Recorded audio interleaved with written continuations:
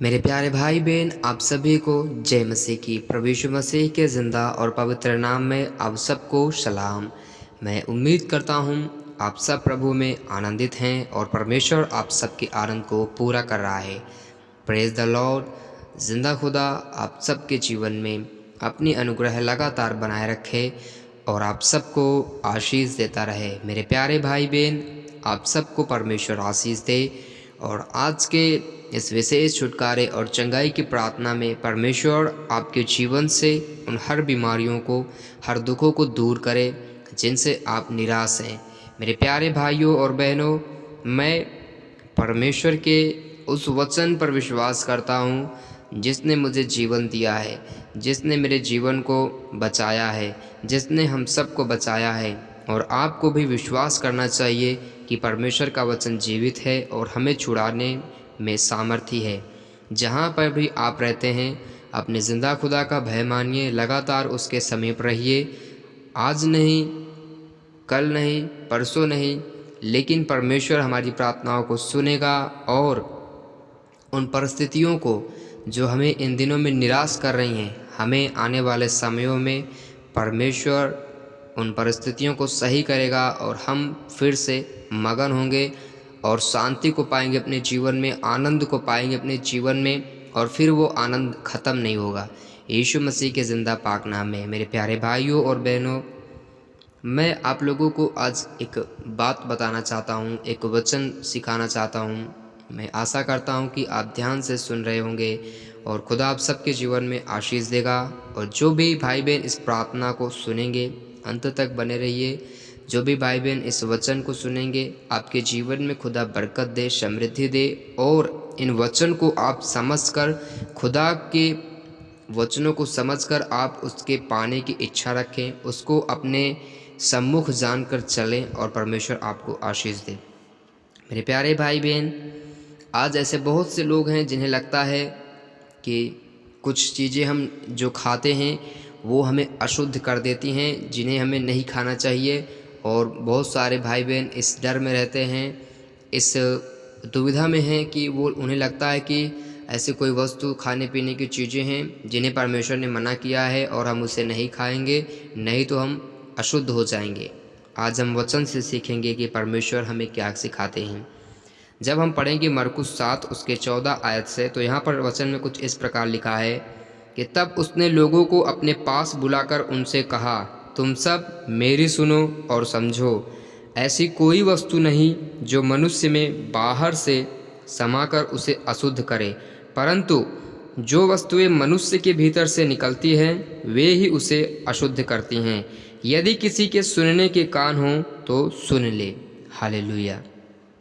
आपको क्या लगता है, आप हरी सब्जी, आप पालक की सब्जी खाएंगे तो आप शुद्ध हैं, और आप चिकन खाएंगे, आप चिकन बिरयानी खाएंगे तो आप अशुद्ध हो जाएंगे?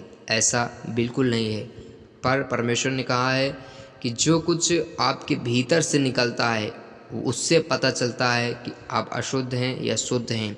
क्योंकि आपके मन में, आपके विचारों में जो कल्पनाएं होती हैं, क्या वो व्यभिचार भरी हैं, क्या वो चोरी भरी हैं, क्या वो लोगों को नुकसान पहुंचाने के लिए, लोगों की बेइज्जती करने के लिए, ये सब आपके मन से निकलता है।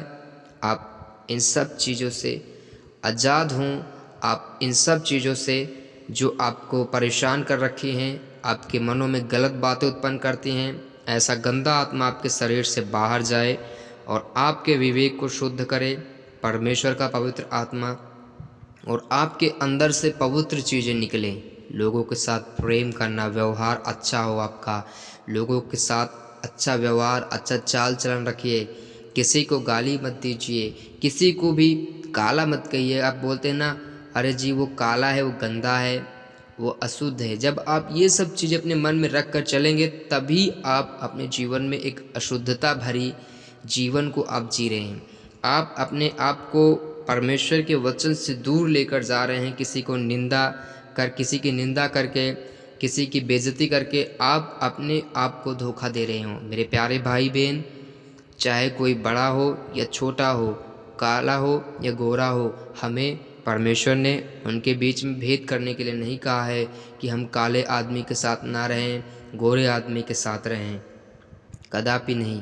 परमेश्वर के वचन में लिखा है कि आपके भीतर से जो कुछ निकलता है उसी से आप अशुद्ध या शुद्ध जाने जाते हैं। इसलिए अपने आप को पवित्र करें। अपने मन में, अपने मस्तिष्क में पवित्र बातें उत्पन्न करने के लिए परमेश्वर के वचन को पढ़ें और खुदा से मांगें। परमेश्वर से कहिए, अगर आपको किसी बहन को देखकर ऐसा लगता है कि काश मेरी शादी इस बहन से हुई होती, काश ये मेरे साथ होती, तो ऐसे जो ख्याल आपको परेशान करते हैं, जो जवान भाई बहन हैं, वो हर एक भाई बहन परमेश्वर के सामने आए, बैठे, घुटने टेक कर उससे ये सब बातें कहे और बताए कि प्रभु जी, मेरे मन में ऐसी बातें उत्पन्न होती हैं, मुझे इनसे आज़ाद कर प्रभु, मुझे इनसे बाहर निकाल प्रभु। आप जब परमेश्वर यहोवा को इस रीति से पुकारेंगे, मैं यीशु मसीह नासरी के नाम से कहता हूँ, आप आज़ाद होंगे। अपने जीवन में परमेश्वर की उपस्थिति को आप देख पाएंगे।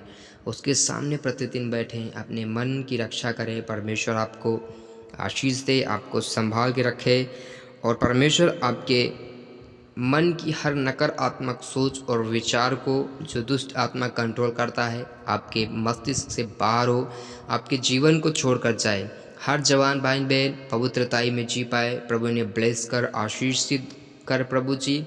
और जो दुखों में हैं, बीमारियों में, प्रभु यीशु मसीह के सामर्थ्य नाम में आज ही से प्रभु उन्हें अब आज़ाद कर और बीमारियां उन्हें छोड़कर जाए। वो अपने घावों को सूखता हुआ देखने पाएँ, अपने घावों को वो चंगा होता हुआ देखने पाएँ। यीशु मसीह नासरी के नाम में हर पीड़ा छोड़ के जाए। शरीर का एक एक अंग यीशु मसीह के जीवित और पवित्र नाम में रिकवर हो, हील हो, चंगे हो यीशु के नाम में। और बरकत समृद्धि आपका हिस्सा बने। हर जवान भाई बहन पवित्र आत्मा से परिपूर्ण हो, यीशु मसीह के जिंदा और पवित्र नाम में खुदा सब भाई बहन को यीशु के लहू में छिपाते हुए ब्लेस करते हैं और प्रार्थना को मांगते हैं। आमीन।